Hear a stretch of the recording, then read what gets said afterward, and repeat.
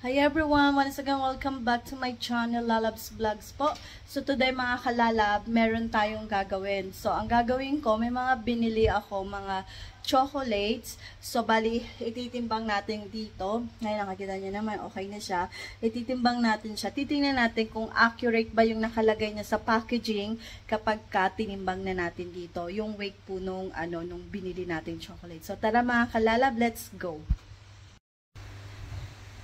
So mga kalalab, ito na nga po yung mga ititimbang natin. Titingnan natin kung accurate ba yung mga nakalagay nila sa packaging na to. Let's say katulad na itong 165 grams, ititimbangin natin siya.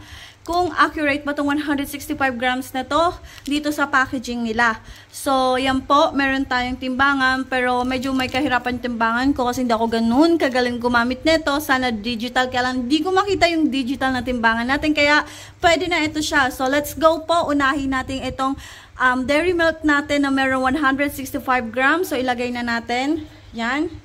Ilagay na natin siya. So, closer. 50. Yes, mga kalalab, correct. 165 grams nga po yung dairy milk natin. So, correct po ito. Kung ano po yung nasa packaging niya, mga kalalab, ganun din yung lumabas at timbangan natin. So, ang next natin, ito si M&M. Si M&M natin na merong 335 grams. So, let's go. Tingnan natin kung accurate ba si 35 grams na nasa packaging pag tinimbang na natin po. So, lagay na natin.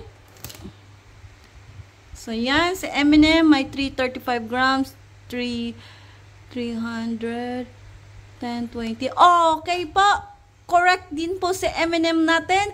Kung ano yung nasa packaging niya, ganun din yung lumabas sa timbangan natin. Meron siyang 335 grams mga kalalab. So, ang next natin ay si Violet Crumble po. Ayan si Violet Crumble natin. Ang next natin na meron daw tong dali lang po 150 grams. So let's go. Tingnan natin kung yung 150 grams na nandito is yun ang lalabas sa timbangan natin. So lagay na natin. Yes po, 150 grams po si Violet Crumble natin. Correct din po kung ano po yung nasa packaging natin.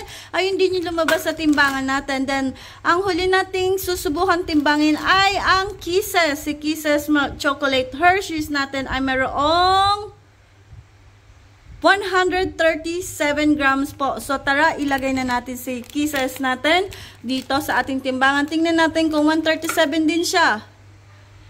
110, 20, 30. Yes po, 137 grams din po si Hershey's natin. So, correct din po siya. Kung ano po yung nakalagay niya sa packaging niya ng mga weight nila is, ayun po yung lumabas sa timbangan natin mga kalalab. So, ayun po. Sa mga bago sa channel ko, please don't forget to subscribe to my channel and thank you for watching. Bye-bye!